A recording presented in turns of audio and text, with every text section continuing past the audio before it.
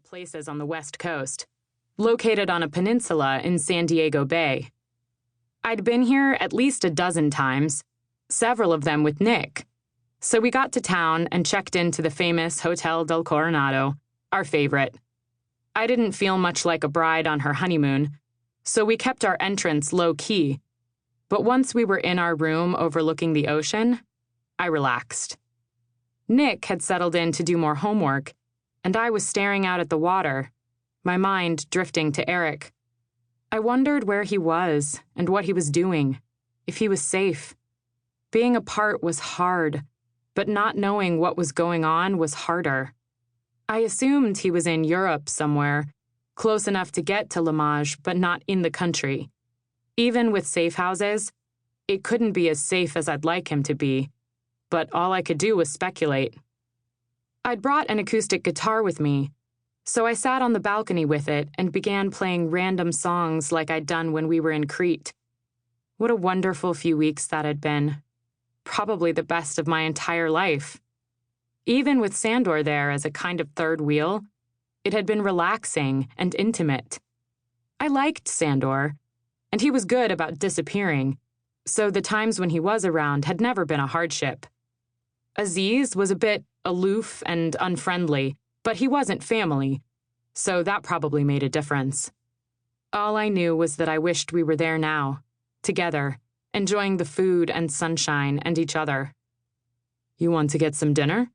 Nick's voice startled me, and I looked up, realizing a few hours had gone by.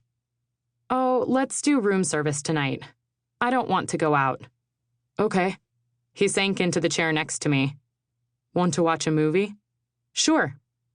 It was a relaxing 3 days. We only went out twice. Once to a nice restaurant in San Diego, and once to the beach. But mostly, we stayed in and hibernated. That's something people on a honeymoon would do, and it allowed me the privacy I needed, and Nick time to study. He was taking his classes seriously, and going away not too long before finals had to be stressful for him. But he was a good guy, willing to do whatever was necessary to make things easier for me. He didn't have to get a degree, but he wanted one, because neither his father nor his grandfather had one. The Kingsley family had made their millions through their mob connections, good decisions, and a little luck.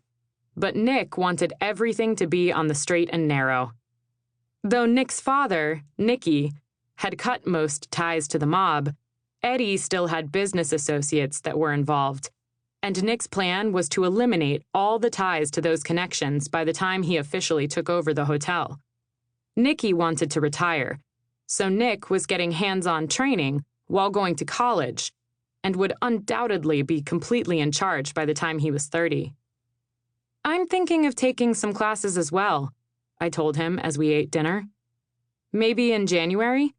The baby won't come until May, so the semester will be over by then. If not, I'm sure they'll make an exception for the birth of a baby." "I'm sure they'll work something out for you." He dipped a bite of his prime rib in Worcestershire sauce before popping it into his mouth. "You gonna study music?" "I think that's the most logical choice." "Have you thought about where?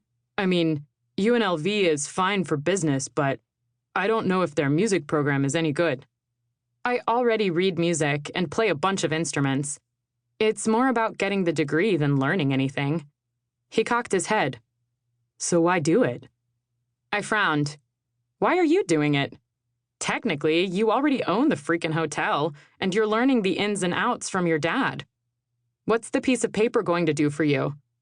He paused. "I guess you have a point. It just seems like unnecessary stress for you with everything going on." "Feels more like a good distraction," I admitted. "Maybe after one semester I'll change my mind. With a newborn, studying might be the last thing I want to do. But in the meantime, it's not like any type of education ever hurts." "I will concede that point." He grinned at me. We finished dinner in companionable silence, found a movie we both wanted to watch, and fell asleep to the sound of the waves in the background. When we got home, I did some research on the University of Nevada, Las Vegas, and discovered the School of Music had a lot to offer.